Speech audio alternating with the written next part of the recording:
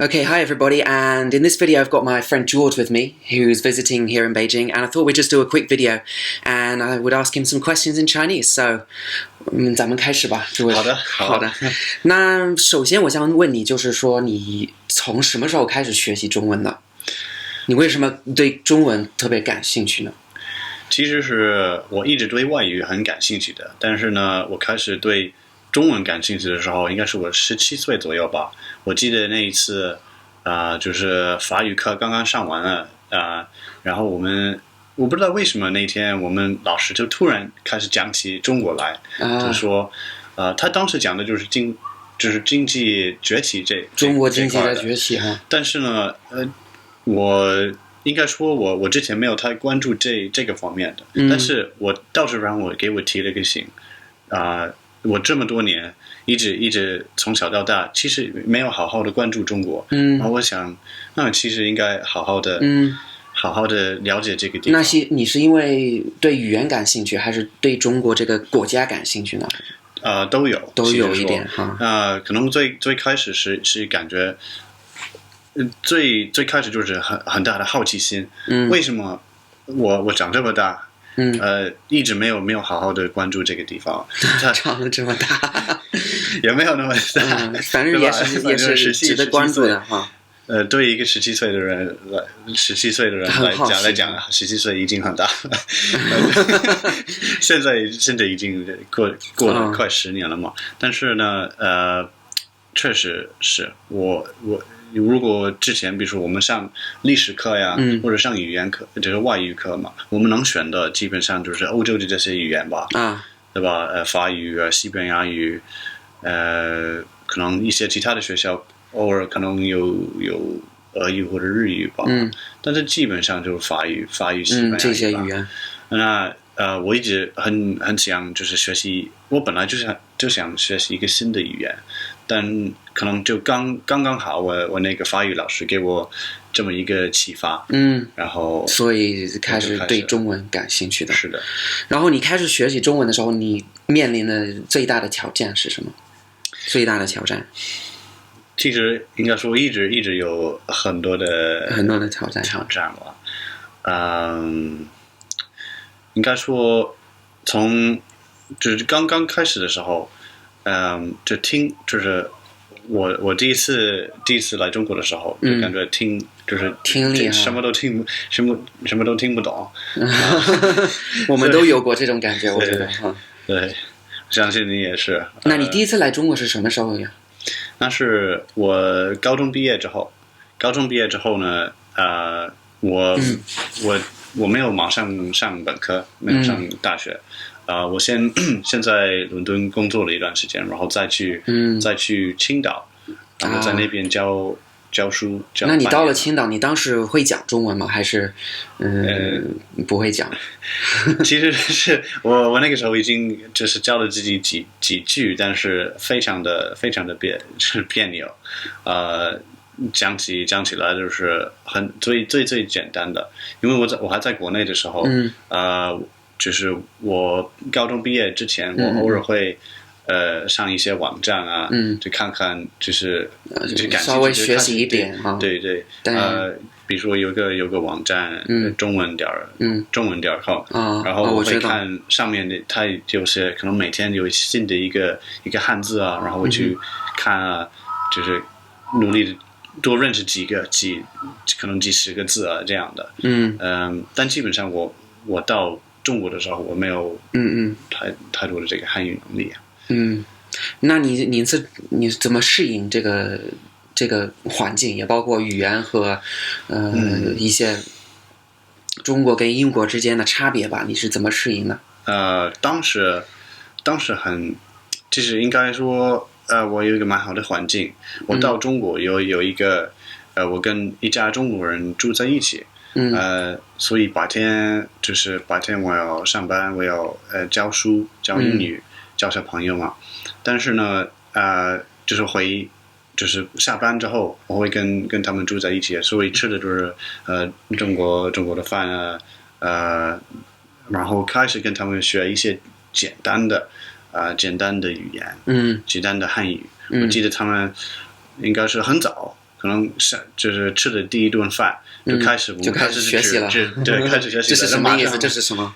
比如说，对，就指着比如说筷子呀，杯子，然后我记得，我说许多子，因为我觉得什么都对，什么都很新鲜，什么都不知道。什么碟子、盘子、什么筷子，可以说是从生活中学习语言。是的，就是因为你当时跟一个中国的家庭住在一块儿，也是学到了不少东西。反正我知道，对于很多来中国的人，可能对中国的中国菜特别感兴趣了。那你也是喜欢吃中国菜吗？还是这是不是一个吸引力的很大的一个方面？也是，因为中国这个国家非常的大，所以每个地方它有自己的不同的菜系啊。有广东菜，有广东菜，有川菜啊，有比如说北京烤鸭呀，每个地方都不一样，太多了，对，这实在是太多了，对呀。陕西那边就是面也有。那你最喜欢吃的是什么？我平时其实可能一段时间每一段时间就不一样。那现在呢？现在吃的可能更多的是比如说我住在上海嘛，然后我家附近有一个陕西面馆，就是那边我经常会去那边的喜欢吃面，对。面啊，你要 biang 面啊。我不知道上海是不是跟北京一样，基本上每个100米都有好几个餐厅，就餐厅非常的多，而且有很多不同的选择。每个地方，比如说中国各个地方的菜都可以在北京吃到。是的，各种都有。而且我也知道你在中国读了一个硕士学位，而且是在上海读的书啊，是吧？对。所以不知道你在上海的这个大学的环境，包括大学生的生活是什么样的？我刚到，就是我开始读硕士的时候嘛，那得，就是本科念完我就马上就是直接去上海念那个研究生，感觉还是很不一样的，跟本科也完全不一样。比如说我们上本科的时候，就是一般老外，就是要么不管是在国内还是国外，都是一样的生活方式。对，而且可能就因为我们都是学习汉语的嘛，对，所以我们都会基本上就混在一起。是但是我到了那边就感觉很不一样的，因为我已经跟那些国内的。就是本地的学生，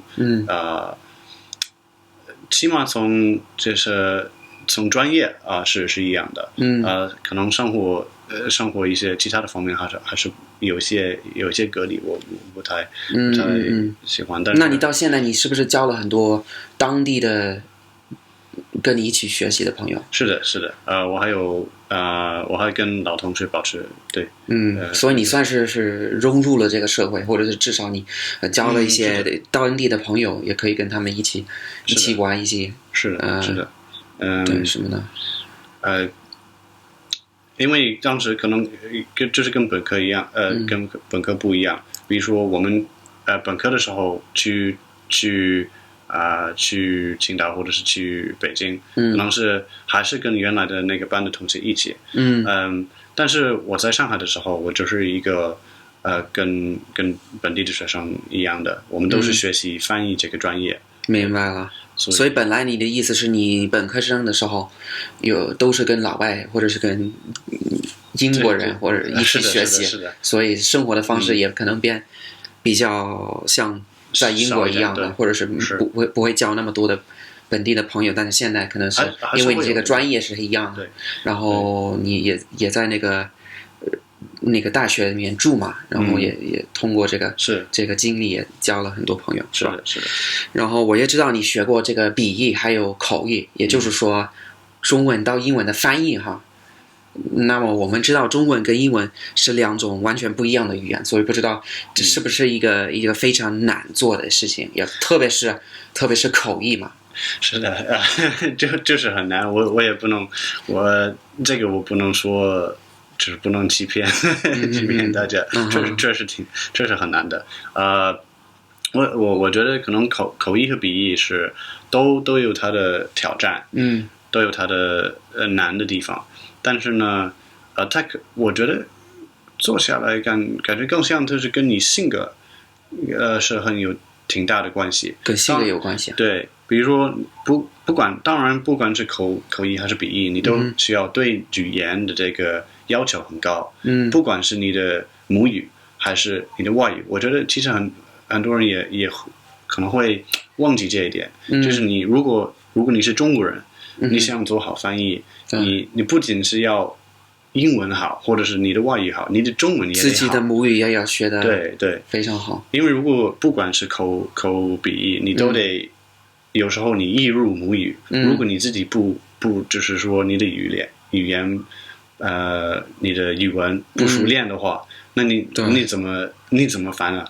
所以你是不是发现你一到了中国开始做这个翻译和笔译，你发现你英文还需要进一步的学习，还要跟得上。是的，而且知识面啊什么，你得知道很多东西。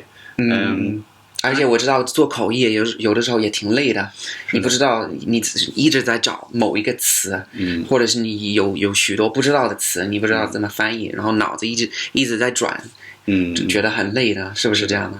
而且可能口译也是口译跟笔译的这个对你性格的这个要求也是不一样嘛。如果你做口译，你有现场感嘛，对，也有压力，有压力，可以很紧张，但是呢，如果你做笔译的话，就完全不一样的感觉。可能你有时间去想啊，就是慢慢就是可能你咬文嚼字，或者是你可以就是反正你可以想的细一点，就是明白。而且既然你到了中国，你可能已经去过很多不同的地方吧。因为我们知道中国是一个很大的、很特别大的一个国家，然后太多地方可以去旅游，不仅是这个北京、上海，或者看熊猫啊，或者去一趟成都、重庆。我不知道你去过多少地方，或者是你最喜欢的地方是什么地方？其实我有点数不清，就是数不清我到过中国什么地方呢？去的地方太多了，有点多。大概就是，但大概还是。东边东海岸线这块北京就是青岛和上海，我长期待过嘛。对，我们两个人都非常喜欢青岛。是的，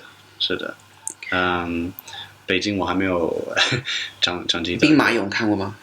兵马俑熊猫呢？对，我最近其实兵马俑我看了2次，最近刚刚就去了一次，长城也去过不同的地方。对，哇，那你基本上该去的地方都去了一趟没有？有没有你没有去过的特别想去的？还有很多。其实我觉得中国可能这是一个推广的问题。我觉得很多可能小一点的地方，他们没有得到他们的国际推广做得不够好。对。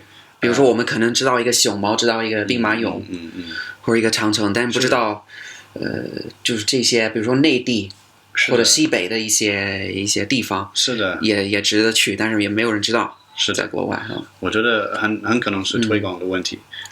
因为各个地方它都有自己，比如说像我们刚才说的什么菜系呀，它也有很多可能小一点的地方，或者你根本可能没有开发的地方，本来其实有蛮好一些地方可以去的，所以还是要背个包去旅游，是的，然后找更多的没有人就是别人不一定发现了的那些地方。好的，那最后我们讲一下这个中国的工作的机会吧。对于外国人来说，来中国的话有什么样的工作机会？特别是对于像你这种会讲中文的人，有什么样的机会？我觉得如果你学好中文的话，机会还是蛮多的。如果说是英语为母语的，那也是就是机会也是挺好的，挺多的哈。但是其实各国的，就是你学好中文，这是为你敞开一个说的跟经济相关，就是它是说一个巨大的市场，不管你是做哪个行业啊，或者是哪个哪个方面的，只要你有好的想法或者是好的，那你觉得大家可以考虑哪些行业或者是哪些方面？当然我还是希望有更多的人就是来做翻译和口译也对，因为这个是非常有这个需要的，有需要的，但是从我所认识这些就是学过中文的这个老外的，有些他们都是做一些什么？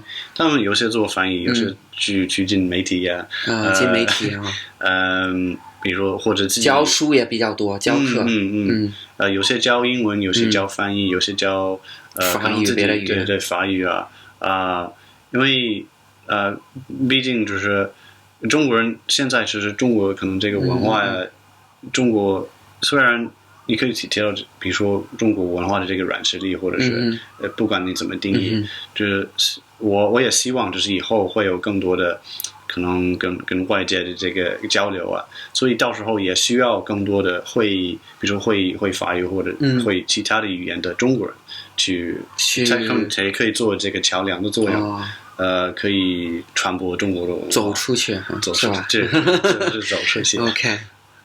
Okay, maybe I'll switch back to English now for the end, in case everybody's feeling a bit lost. But so thanks for doing this little interview with me, and I hope everybody enjoyed it. If you're learning Chinese, hopefully you're able to understand some of what George was saying, and then hopefully I'll get around to doing subtitles at some point. So look out for that, and I'll see you again next time. Bye for now. Bye-bye.